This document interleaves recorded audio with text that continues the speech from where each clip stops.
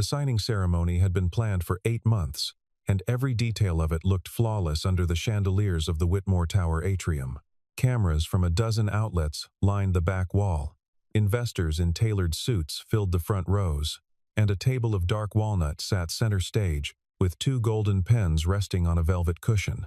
Emily Carter stood at the podium in a charcoal blazer, her dark hair pulled back, her composure the same steel that had carried her company from a garage in Austin to a corporation worth tens of billions of dollars.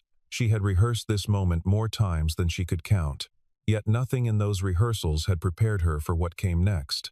Without warning, the wide glass doors at the far end of the atrium burst open, and the low rumble of engines rolled in from outside, like a wave of thunder arriving before the storm. Dozens of black sport utility vehicles swept into the plaza in perfect formation, tires screeching against the pavement, doors flying open before the vehicles had even come to a full stop. Men and women in body armor poured out in tight, coordinated lines, moving with the discipline of a unit that trained for exactly this kind of entrance. Radios crackled. Boots struck marble. The entire hall, filled seconds earlier with polite applause and champagne toasts, fell into a silence so complete that the click of a single camera shutter sounded like a gunshot. Reporters lowered their phones. Investors froze mid-sentence. Somewhere near the back, a security guard reached for a radio that suddenly felt useless in his hand. Emily's mind raced through every deal she had ever signed, every acquisition that had crossed legal gray areas, every early investor whose money she had never fully questioned. Her pulse hammered against her collarbone as the lead figure, a broad-shouldered man in a tactical vest marked with a small insignia she did not recognize, walked through the parting crowd with unshakable purpose. She gripped the edge of the podium, her knuckles whitening, certain that the years of careful maneuvering behind her company's meteoric rise had finally caught up to her. Her voice, when it came, was barely more than breath. "They're here for me," she whispered. And for a moment, she believed it completely. Believed that every secret she had buried was about to be dragged into the light in front of cameras and colleagues alike. But the commander did not stop at the podium. He walked past her without so much as a glance, his eyes fixed on a point somewhere behind the crowd, near the service corridor where the catering staff usually waited. 15 seconds. That was all it took for the entire trajectory of the afternoon to shift. 15 seconds for the commander to cross the marble floor, plant his boots in front of a man in a faded gray maintenance uniform, and snap to attention with a salute so sharp it seemed to slice the air. "Sir," the commander said, his voice carrying easily across the stunned silence. "Washington needs you." The man in the gray uniform was Ethan Brooks, the quiet maintenance engineer whose name Emily had heard exactly twice in 2 years, and both times she had already forgotten it by the following morning. He stood there for a moment, unbothered by the dozens of eyes suddenly locked on him, and gave a small, tired nod, as though this were simply another item on a long list of interruptions to his day. Emily felt the floor tilt beneath her heels. 2 years. She had walked past this man in the hallway 2 years, had seen him replacing light fixtures and crawling under server racks, had barely registered him as more than part of the building's furniture, and in this single moment she understood, with a cold and dizzying certainty, that she had never actually known who she was working beside at all. Before that day, before the black vehicles and the frozen silence, Ethan Brooks had simply been the man who fixed things. He was 38 years old, quiet almost to the point of invisibility. And he wore the same 3 faded gray uniforms in rotation, each one patched at the elbows from years of crawling through server rooms and electrical closets. He never joined the office celebrations, never lingered at the coffee station for small talk, and never once mentioned anything about his life outside the building, except the occasional comment about picking up his son from school. People in the office assumed he was a contractor, someone the building management brought in through an outside agency. And nobody bothered to correct that assumption because nobody bothered to ask. He fixed the broken elevator on the 9th floor without being asked twice. He rewired the emergency lighting after a storm knocked out half the block. He was, by every visible measure, an unremarkable man doing an unremarkable job. And that was precisely how he wanted it. At home, in a modest two-bedroom house on the quiet edge of the city, Ethan's evenings followed a rhythm that had nothing to do with servers or security clearances. He cooked simple dinners for his son, a curious 9-year-old named Caleb, who collected model rockets and asked endless questions about how things worked, and he helped with homework at a kitchen table scarred by years of crayon marks and spilled juice. Caleb knew his father as a man who could fix anything, from a jammed bicycle chain to a flickering porch light, and he had no idea that the same steady hands once helped design systems meant to guard against threats most people never learned existed. Ethan preferred it that way. He had buried an entire former life beneath the ordinary rituals of fatherhood, and every quiet evening spent reading bedtime stories felt, to him, like a victory far greater than any classified briefing he had once attended in Washington. Emily, for her part, had built Carter Dynamics into one of the most valuable artificial intelligence companies in the country by trusting almost nothing that could not be measured, quantified, or proven through performance. She believed, with the same conviction some people reserved for religion, that competence revealed itself through results, and that titles and credentials were simply a lazy shorthand for people who could not be bothered to look closer. Yet even she, for all her professed belief in looking past appearances, had never truly looked at Ethan Brooks. She had passed him in hallways 100 times, had nodded at him the way one nods at a fixture rather than a person, and had never once wondered what a man carrying a toolbox through her building might actually know. In the weeks leading up to the largest contract in her company's history, she had far bigger concerns occupying her attention, and the maintenance engineer was simply not on the list. The contract in question was worth more than anything Carter Dynamics had ever negotiated, a multi-year partnership with a coalition of international investors and government contractors that would fold the company's artificial intelligence infrastructure into critical systems used across 3 continents. Every lawyer, every board member, every public relations strategist had spent months polishing the deal until it gleamed. And in the middle of all that polish, Ethan Brooks had quietly begun raising concerns that nobody wanted to hear. He had found irregularities in the building's network architecture, small inconsistencies in data traffic that most administrators would have dismissed as background noise. He submitted 2 memos through the proper channels, both of which vanished into the filing systems of a company too busy chasing billions to worry about a maintenance engineer's technical opinions. For weeks after those memos disappeared, Ethan did not raise his voice or demand another meeting. Instead, he simply started working, quietly and without fanfare, as though the company's indifference had freed him to act without permission. He replaced security cameras in the server wing one at a time, always after hours, always without drawing attention to the upgrades hidden inside seemingly routine maintenance. He ran diagnostic checks on the building's backup generators twice as often as required, and he began sealing off unused network ports throughout the lower floors, a task that would have taken an ordinary technician a month, but which he completed in a matter of days. When one of the night guards noticed him running cable through the utility corridor for the 3rd night in a row, the guard finally asked the question that had been building in his mind. "Why are you doing all this?" Ethan answered without looking up from his work, his tone as flat and unbothered as ever. "Just in case," he said, and returned to his task as though the conversation had already ended. Emily heard about the extra work secondhand, filtered through a facilities manager who mentioned it almost as a complaint, framing it as an engineer overstepping his responsibilities and wasting company resources on unnecessary precautions. She dismissed it in less than a minute, telling the manager to keep an eye on the budget but otherwise let the man do his job, since nothing about faulty wiring or slow servers seemed worth her attention during the most important quarter of her career. Emily's own path to that office had been built on a similar instinct to prove herself through relentless output rather than pedigree, having started Carter Dynamics in a rented garage with 2 laptops and a stubborn refusal to accept rejection from investors who dismissed her early prototypes as too ambitious for a woman barely out of graduate school. She had clawed her way through a decade of skepticism by outworking every doubter in the room, and that history had left her with an unshakable belief that anyone who wanted recognition would eventually demand it, loudly and visibly, the way she once had. It never occurred to her that a person could possess extraordinary capability, and simply choose silence instead. Because silence had never been a language she spoke fluently herself. She had no reason to imagine that the flickering camera feeds and rerouted cables were anything more than the eccentric habits of an overly cautious employee. She could not have known that somewhere beneath the surface of her gleaming glass headquarters, a slow and deliberate defense was being constructed by the one person in the building nobody thought to watch. Outside the walls of Carter Dynamics, however, something else had begun to stir. Something far larger than a single engineer's quiet diligence could fully contain.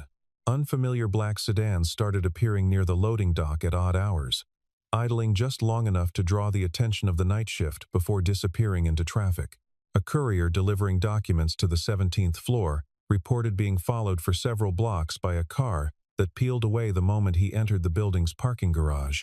Junior analysts in the data science department noticed strange login attempts on servers that should have been completely isolated from outside access, attempts that were traced to internet addresses scattered across 3 different continents. Rumors began to spread through the break rooms and elevator rides. Hushed conversations about whether a competitor was trying to steal proprietary algorithms, or whether federal regulators had begun quietly circling the company ahead of the signing. Emily brushed off most of the whispers as the natural anxiety that accompanied any high-stakes deal, the kind of nervous energy that always seemed to spike in the days before a major announcement. She had weathered corporate espionage rumors before, had seen competitors send scouts to loiter near her building in the hope of overhearing something useful, and she assumed this was simply another version of the same tired game. What she did not know, what nobody in the executive suite knew, was that the unfamiliar cars and the strange login attempts were not random noise at all, but the visible edges of a much larger and more coordinated operation, one that had already identified Carter Dynamics as its next target long before the ink on any contract had dried.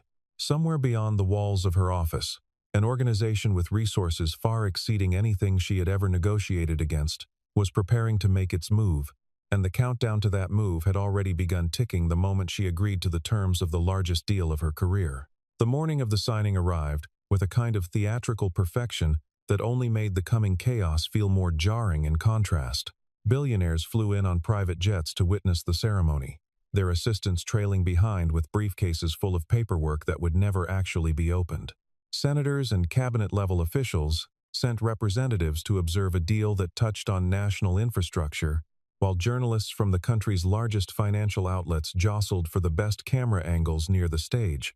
Emily walked the length of the atrium one final time before the doors opened to the public, checking every detail with the meticulous attention that had defined her entire career, unaware that the ceremony she had poured 2 years of her life into was about to be interrupted in ways no amount of planning could have anticipated. At exactly the moment the 2 golden pens were set on their velvet cushion, every phone in the building lost signal at once, screens flickering from full bars to a single stubborn dot before going dark entirely. The wireless internet across all 14 floors dropped within seconds of the phones, cutting off every laptop, every point-of-sale terminal, and every security monitor tied to the network. The heavy glass doors at the main entrance, along with the service exits on either side of the building, locked automatically, with a sound like a held breath being released all at once. Panic rippled through the crowd in slow, uneven waves, investors reaching instinctively for phones that refused to respond, reporters exchanging confused glances as their equipment blinked uselessly in their hands. Somewhere near the edge of the chaos, Ethan Brooks moved calmly and methodically from floor to floor, checking control panels and access points, with the unhurried focus of a man executing a plan he had rehearsed 100 times in his mind. Emily felt the first genuine flicker of fear settle into her chest as she watched her carefully constructed ceremony dissolve into confusion around her. She caught sight of Ethan crossing the atrium toward the security office, his expression unreadable, his pace steady in a way that struck her as strange given the mounting hysteria surrounding him. For the briefest moment she considered calling out to him, asking what was happening, but something in his bearing told her he already knew far more than she did, and that unsettled her even further.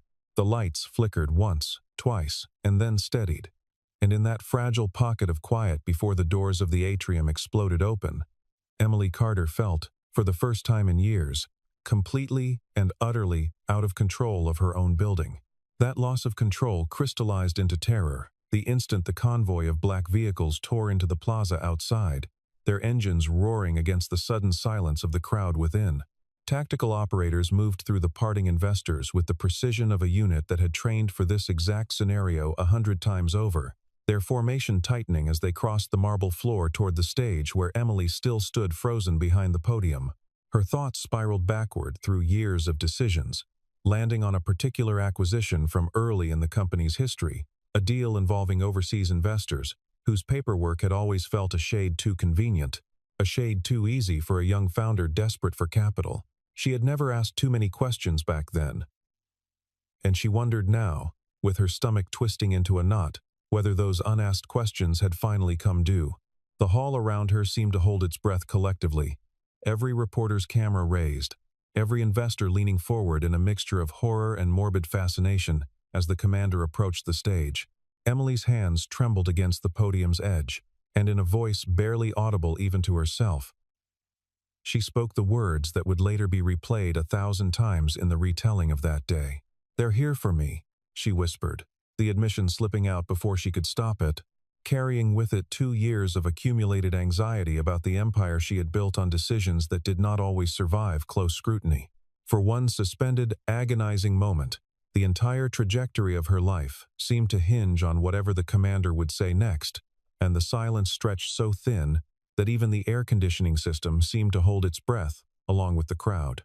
And then, in the span of 15 seconds that would rewrite everything Emily believed about her own company, the commander walked directly past her without a flicker of acknowledgement. He did not slow near the board of directors seated in the front row, nor did he glance toward the legal team clustered nervously near the exit. Instead, his path carried him straight toward the back corner of the atrium, past the caterers and the folded stacks of extra chairs, to where Ethan Brooks stood in his faded gray uniform, arms loose at his sides, watching the scene unfold with the calm of a man who had been expecting this exact arrival for weeks. The commander's boots came together with a crack that echoed off the marble, his hand rising in a salute so precise it looked rehearsed.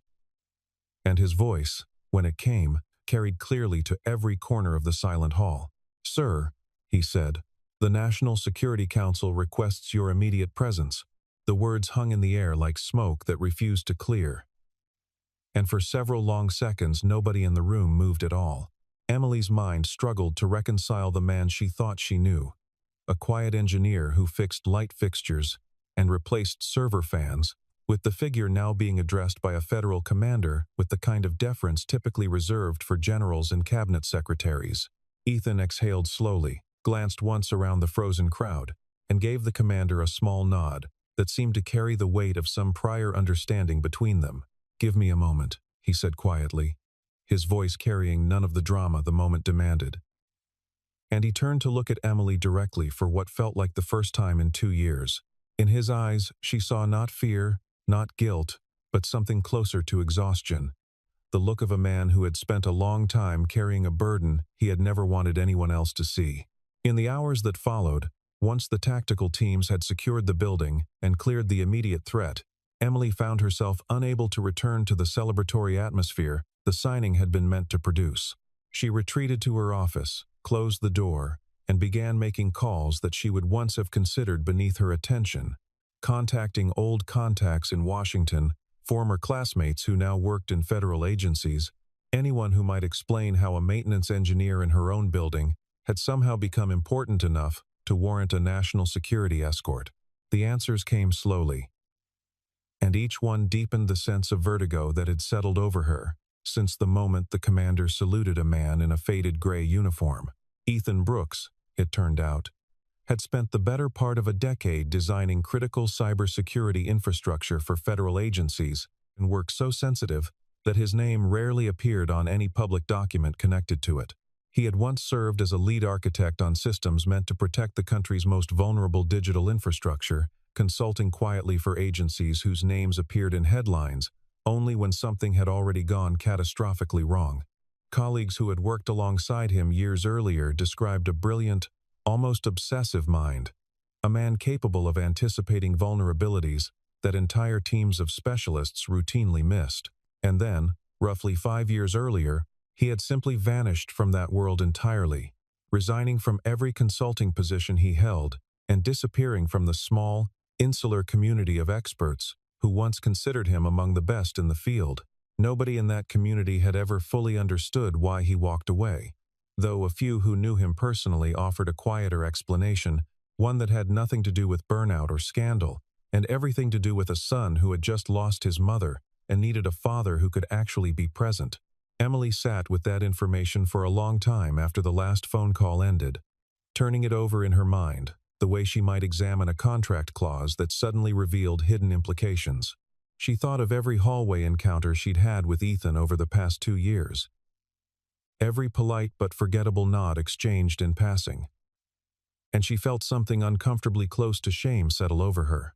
She had built an entire company on the philosophy that talent should be recognized regardless of appearance or title, and yet she had walked past one of the most capable minds in national cybersecurity for 2 years, without once wondering what lay beneath his quiet exterior. Somewhere in the building below her office, the man who had spent weeks quietly reinforcing every vulnerable system in the company was likely still working, still fixing things, still doing the job nobody had thought to properly notice. The full scope of what Ethan had been protecting against became clear only after federal investigators completed their initial briefing with Emily's legal team the following day. An international organization known within intelligence circles only by the coded designation Meridian had spent the better part of a year infiltrating companies developing advanced artificial intelligence, extracting proprietary algorithms, and using stolen data to manipulate markets on a scale that dwarfed ordinary corporate espionage. Carter Dynamics had been identified months earlier as a prime target, not merely for its technology, but for the access that technology would soon grant into critical infrastructure systems once the signing ceremony's contract went into effect. The organization had planned to exploit the chaos and visibility of the signing itself, using the flood of press attention and the temporary strain on building security as cover for a coordinated digital breach that would have siphoned away years of research in a matter of hours. Investigators later explained that Meridian operated less like a single hostile government and more like a loose network of former intelligence operatives, disgraced financiers, and mercenary hackers who sold stolen technology to the highest bidder, regardless of which flag that bidder happened to fly. They had already struck twice before, once against a European pharmaceutical firm whose vaccine research vanished overnight, and once against a Southeast Asian logistics company whose shipping algorithms resurfaced months later inside a rival corporation on another continent. Carter Dynamics represented their most ambitious target yet, since folding stolen artificial intelligence into critical infrastructure contracts would have given the organization leverage far beyond simple theft, reaching into power grids, financial systems, and transportation networks that ordinary citizens depended on without ever knowing how fragile the protections around them truly were. Federal analysts had been tracking fragments of the organization's activity for over a year before Ethan's memos gave them the specific thread they needed to finally close the net. Ethan had detected the earliest signs of that infiltration weeks before anyone else in the company had noticed anything at all, buried deep in network traffic patterns that would have looked like ordinary noise to almost any other observer, because his prior work made him one of the few people in the country capable of recognizing the organization's specific digital signature. Federal agencies had quietly reactivated his old clearance the moment his memos, forwarded through back channels by a contact who remembered his reputation, reached the right desk. He had been asked, and had agreed, to continue his ordinary job at Carter Dynamics, without revealing his true role, functioning as a kind of embedded early warning system, while federal teams built their case and prepared their response. He could not tell Emily, could not tell anyone in the building, because even a single leak might have alerted Meridian and cost the operation everything. What happened in the hours after the black vehicles arrived was not a firefight or a dramatic chase through the building's corridors, but something far quieter and, in its own way, far more remarkable. While tactical teams secured the physical perimeter of the building, Ethan worked alongside a small unit of federal cyber specialists to trace and dismantle the intrusion in real time, isolating compromised servers, rerouting critical data through channels he had quietly built weeks earlier, and locking Meridian's access out of systems before a single file could be extracted. Emily watched portions of this operation unfold from a distance, standing in the doorway of the server room as screens filled with cascading code that she only partially understood, and she realized she was witnessing something closer to surgery than warfare. There were no explosions, no gunfire, nothing that resembled the dramatic image she had conjured when the SUVs first arrived. There was only quiet, focused intelligence, moving faster than the threat it was built to stop. At one point during the operation, a junior federal analyst called out that Meridian had rerouted its attack through a secondary server cluster nobody on the team had flagged, and for a brief, tense moment the room seemed to hold its breath as lines of code scrolled faster than anyone could read them. Ethan moved to a terminal near the back wall without a word. Fingers moving across the keyboard, with the calm precision of a surgeon closing an incision, and within minutes the rerouted attack collapsed in on itself, trapped inside a decoy network he had built weeks earlier, specifically to catch exactly this kind of maneuver. The analyst let out a low whistle of disbelief, glancing at his colleagues as if to confirm what he had just witnessed, while Ethan simply moved on to the next screen without acknowledging the moment at all. Emily, watching from the doorway, realized she was seeing something rarer than heroism. She was seeing years of quiet, unglamorous preparation, finally proving its worth in a matter of minutes. By the time the last compromised server had been isolated and the building's systems restored to normal operation, the sun had already begun to set outside the atrium's tall windows, casting long amber light across a room that had, only hours earlier, held the entire trajectory of Emily's career in a single frozen moment. She found Ethan alone in the security office, sleeves rolled up, quietly closing out the final diagnostic reports as though he were finishing an ordinary shift rather than concluding an operation that had just protected billions of dollars in intellectual property and, by extension, the jobs of everyone who worked beneath her leadership. She stood in the doorway for a long moment before speaking, unsure exactly how to address a man she had just spent an entire day discovering she had never actually known. When she finally found her voice, the question that came out was simpler than she expected. Why didn't you ever tell anyone the truth about who you are? Ethan set down the tablet he had been holding and considered the question with the same unhurried thoughtfulness he seemed to bring to every task, technical or otherwise.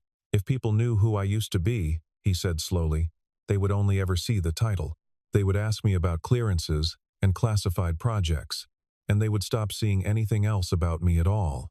He glanced toward the window, where the last light of the afternoon was fading into the blue haze of early evening, and continued in a quieter voice. After my wife passed, I had a son who needed a father who showed up to pick him up from school, not a man buried in secure briefings on the other side of the country. I wanted a version of my life where people looked at me and saw someone reliable, not someone important. Being invisible was never a burden to me. It was the only way I knew how to protect what actually mattered. Emily absorbed his words in silence, feeling the weight of them settle over her own choices in a way she had not expected. She had spent her entire career operating under the assumption that value revealed itself through visible achievement, through titles and headlines, and the kind of recognition that filled boardrooms with applause. Standing in that quiet security office, listening to a man who had walked away from national prominence to be president for his son's ordinary Tuesday afternoons, she understood for the first time how narrow her definition of worth had actually been. I judged you the moment I decided you weren't worth remembering, she admitted, the words feeling strange and unfamiliar in her mouth, since admitting fault had never come naturally to her. I looked at your uniform and decided I already knew everything I needed to know about you. Ethan offered a small, tired smile, the kind that suggested he had heard some version of this admission before, though perhaps never quite so directly. Most people do, he said, without bitterness. It's not really your fault. The world trains us to read titles instead of people. Because titles are faster and people take time. He paused, studying her for a moment with an expression that seemed to weigh whether to say more, before adding, but you noticed something was different tonight, even before the vehicles arrived. You watched me cross the room and you wondered. That's more than most people ever bother to do. Something in the way he said it, gentle and without judgment, loosened a knot in Emily's chest that she hadn't realized she'd been carrying since the ceremony collapsed into chaos hours earlier. In the days that followed, something quietly shifted between them, though neither of them rushed to name it or dress it up in the kind of dramatic declarations that might have suited the scale of what had happened. Emily found herself lingering near the maintenance office in the mornings, ostensibly to check on the progress of the security upgrades, though the conversations that followed rarely stayed on the subject of servers and wiring for long. Ethan, in turn, began mentioning small details about his life that he had never shared with anyone at the company before. Stories about his son's fascination with model rockets, memories of his late wife's laugh, the particular quiet he had built for himself in the years since choosing an ordinary uniform over an extraordinary title. Neither of them spoke of romance directly, and neither felt the need to. What grew between them instead was something steadier, built out of two people slowly learning to see each other clearly for the first time, layer by layer, without the noise of assumption clouding the view. The following weeks brought a wave of institutional attention that neither of them had anticipated, though both handled it in characteristically different ways.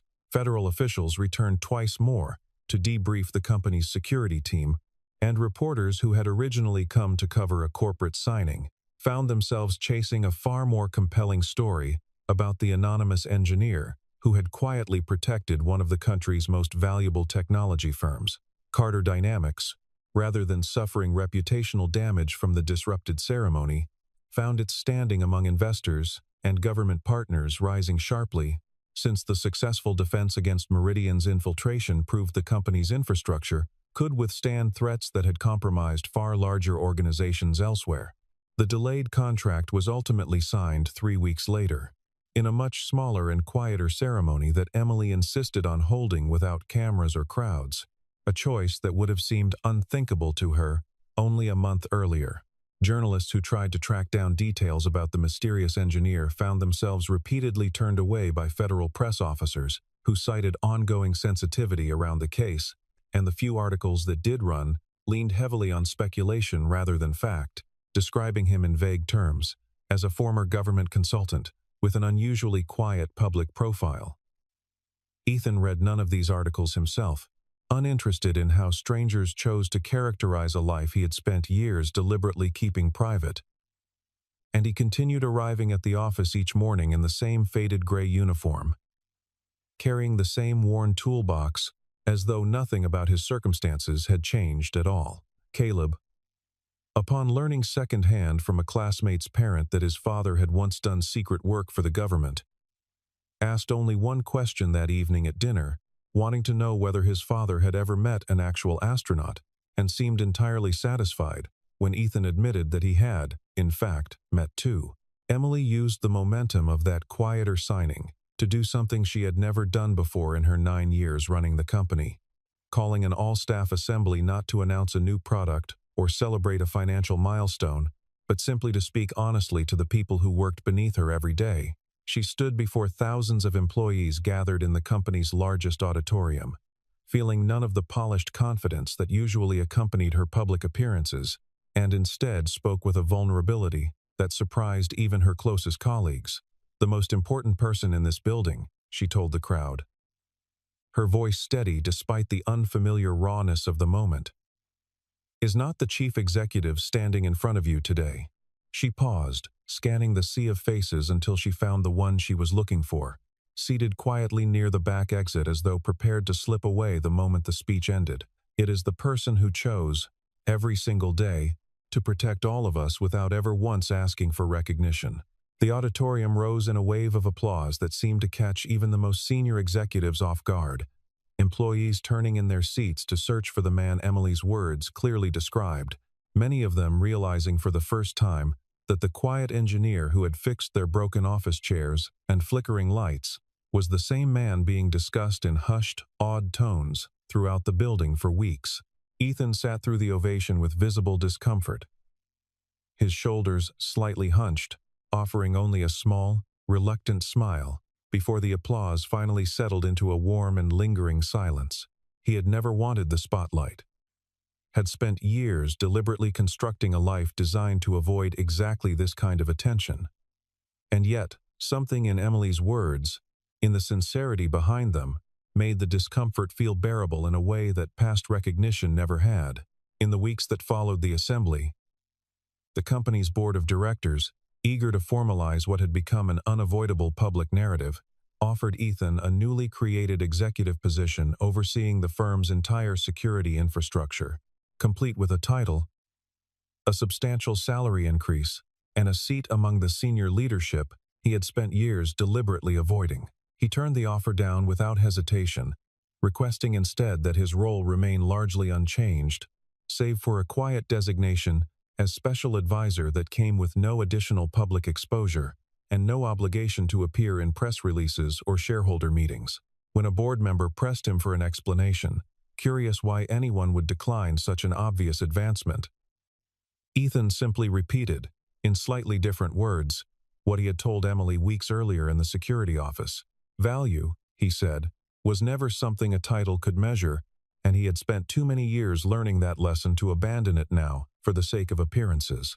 Emily supported his decision without argument, having come to understand, through the events of that single extraordinary day, that some forms of worth resisted the neat categories her industry preferred to assign them. She began, in small but deliberate ways, to change how she moved through her own company, pausing to learn the names of the people who kept the building running rather than simply the names of those who filled her boardroom.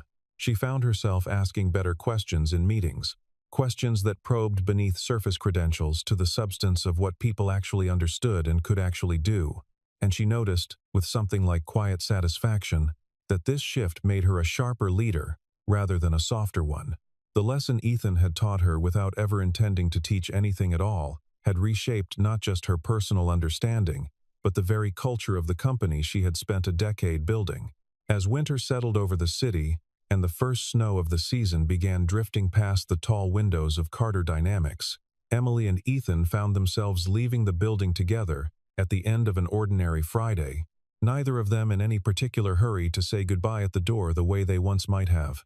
They walked out into the plaza where, months earlier, a convoy of black vehicles had shattered the calm of a signing ceremony and revealed a truth neither of them had been prepared for. And the space now felt different, quieter, softened by falling snow and the absence of cameras. Emily glanced sideways at the man beside her, no longer the invisible maintenance engineer she had once failed to notice, and no longer merely the celebrated hero the press had tried to make of him either, but simply Ethan, a man who repaired broken things quietly and asked for nothing in return. They did not speak much as they walked, and they did not need to, since the silence between them had long since stopped feeling like distance and had instead become something comfortable, something earned. Snow gathered softly on the shoulders of Emily's coat and on the faded gray fabric of Ethan's jacket, blurring, for just a moment, the line that had once separated a chief executive from the man who kept her building running. Somewhere behind them, the lights of the atrium glowed warm against the early evening dark, illuminating the same marble floor where 15 seconds had once rewritten everything either of them believed about the other.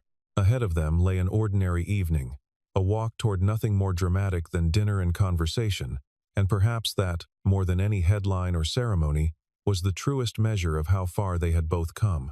What began as a story about hidden identities and international threats had, by its quiet end, become something far simpler and far more enduring, a story about two people learning to see past the roles the world had assigned them. Emily Carter had spent years believing that competence alone determined a person's worth, only to discover that even she had been blind to the quiet brilliance standing beside her every single day.